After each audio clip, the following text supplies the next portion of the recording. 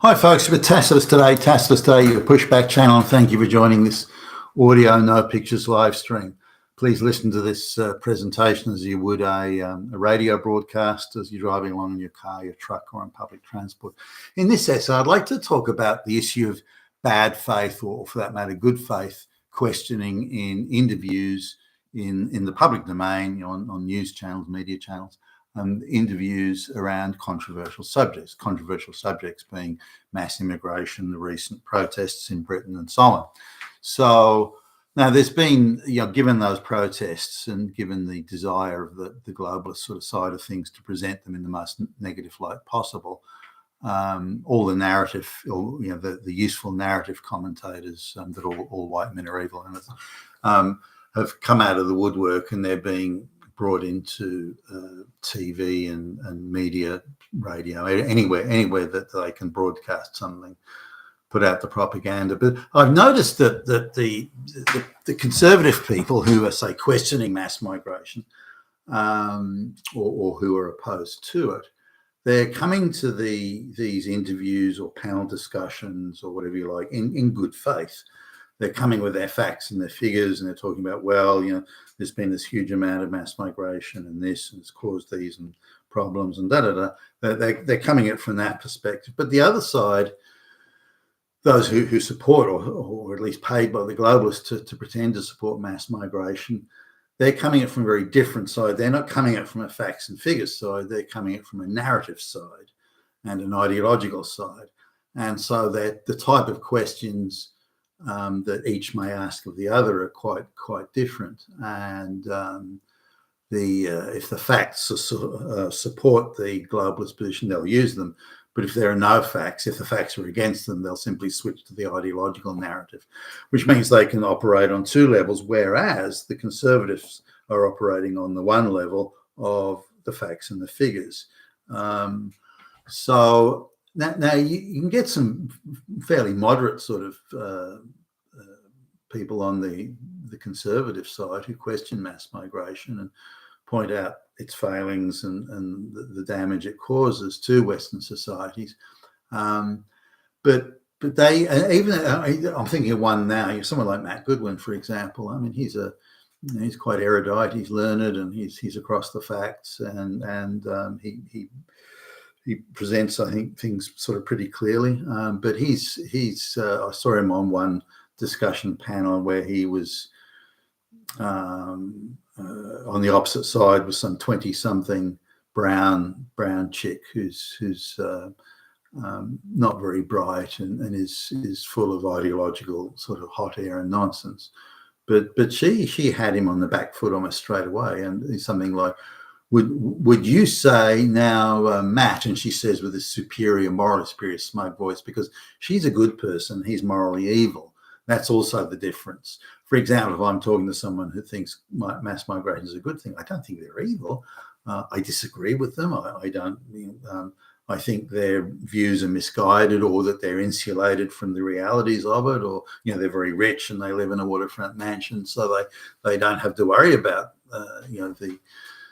the third world peasants that are pouring into the poorer areas of Sydney. But this 20-something woman who talks in Marxist communist cliches, but she starts off with, instead of engaging with him in good faith, and this is what I mean by bad faith, they're not there to just debate it. They're there to deliver gotcha and entrapment questions and to make you look evil, or at least as the gallery on their side of things would perceive it, to expose your evilness. That's what they're there to do. They're not there to talk about the issues. When it comes to sort of facts and figures, they can't win. They can't prevail. So they have to go ideological and they have to go gotcha. And that means they're acting in bad faith. So people like the Matt Goodwins and others, I'm not singling him out, but people like the Matt Goodwins should pre-assume that it's a bad faith.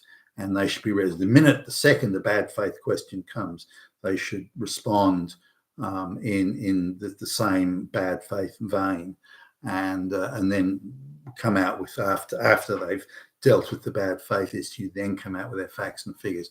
But to try, this brown girl, again, this communist brown chick, with smug, superior attitude.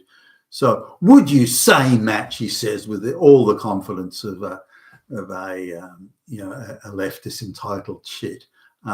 Would you say I'm as English as you? And you can see Trump, gotcha, nailed ya, you're mine, I own ya. And this was the now Matt was, instead of treating it as a bad faith question, he tried to treat it as a good faith. Well, I would say, and you could see he was on the back foot and jabbering straight away. I mean, she had him, she owned him with that question. And he kind of brought it back into the middle a little bit later, but she had him nailed on that. He was jabbering and not sure what to say, and I suppose. And what he should have done is well, if you say you're English, why do you hate English people? Why do you hate English history? Why do you hate white people? Why do you do that? Why do you hate everything about this country, but you claim to be English when you hate everything about it? Surely that means that you don't want to be English and you don't even want to be here, and yet you stay. And he could have come back with something like that. And now she would go, oh, well, that's just something on that. You'd say, well, tell me why you hate England and English people so much. Explain that. Look in the camera and explain to the viewers why you are always hating on English people. You do nothing but hate on English people, and yet you claim to. So he could have gone right, and that's not necessarily a bad faith response, but it's going, okay, you want to be ideological, you want to play that game, I'll play it too. And then they would be confused. And if you ever come back at these people with that sort of response, they don't know what to do, because the assumption is that they have the moral right to tell lies. They have the moral right to spin the narrative because you're evil. That then means you have no right to even have a view on the subject, and they have every right to expose your evilness is their position. So don't take their questioning or don't answer their questions. Their questions are not good faith. I mean, if it's a good faith question, fine. If they may come up, well, Matt, in your latest, or whoever's commenting, Billy Bob, in your latest posting, you said that 2 million people have come to Britain over period such and such. When in fact, according to our figures or according to the government's figures, it's half of that. Can you explain that? That's a good faith question. And then the Billy Bob come back and say, well, the government actually splits this into two categories. This is 1 million and that's 1 million, and I'm putting those two together, and I refer you to the government website. That would be a good faith exchange, but this is not good faith. The entrapment and the gotcha questions that are used by globalist controlled journalists just as much. They may say, come along, have an interview, we just want to understand your views, but in fact they've got the gotcha questions all set up and already. And again, to these journalists, you have to respond. I would argue you need to respond in the same way that they're using the gotcha techniques. Well, Kathy, you're a well-known activist masquerading as a journalist, so we need to understand that you are not objective on this. You are a rabid activist pursuing one particular ideological view. So you need to accept that. And your question clearly illustrates that.